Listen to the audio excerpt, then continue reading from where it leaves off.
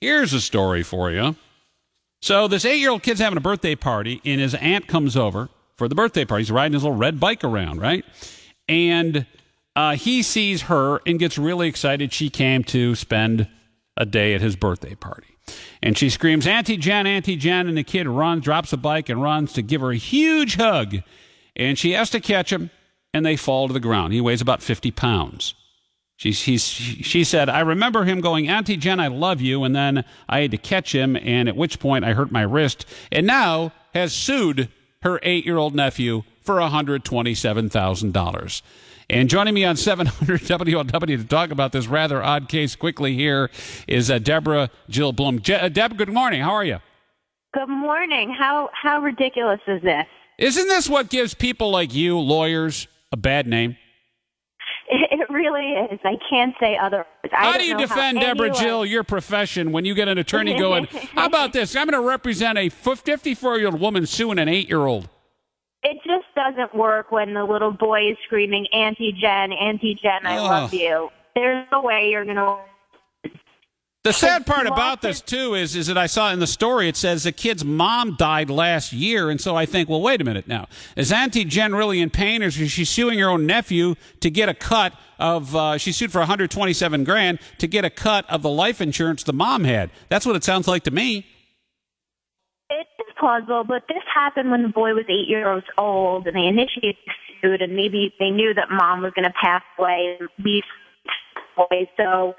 There's no reason why an 8-year-old child would have $127,000 to pay out. Yeah, it's just the weirdest story. I don't ever think that even if you brought that up to the insurance company and said, hey, look, this is going to be a PR nightmare for you, they would have thrown the insurance company saying, look, we don't really believe in the suit, but the insurance won't pay out, so we've got to go to court. But that was never stated. You know, you'd be surprised. Insurance companies don't always pay out. They'll say, you have no claim here, so why should I give you any money? And in this instance, there is no suit. You know, this is an 8-year-old boy excited to see his aunt. Yeah, my brother's an insurance agent, and he's a deadbeat as hell. So, yeah, I agree with that. And, you know, like, it's really sad that this boy lost his mom, and it's also really sad that he had to sit through a courtroom proceeding. It's very traumatic for a child. Yeah, they had sit through days and days of testimony. Ultimately, though, the jury got it right. They really got it right here. And I think the other thing, too, is if you're in the jury, correct me if I'm wrong here, I'm not an attorney, but wouldn't the word prove it, the judge would expect to jump in the arms of his loving aunt? And I think the answer the jury would have is yes. It's a proof. It really is.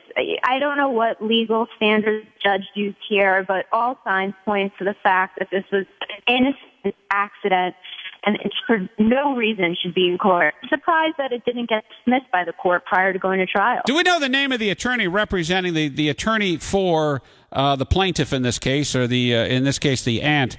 Do we know who that is? Because we should out that person, because that gives lawyers a bad name. You know, everybody's entitled to make a living, and sometimes you take a case thinking you'll be able to resolve it and get a little money for the woman, and then it gets out of control like this case. We have a ton of lawyers on this radio station. Bill Cunningham, Marconi Award winner. Lisa Wells, the dog. We have a bunch of attorneys on this show, and I think the world needs fewer attorneys, not more.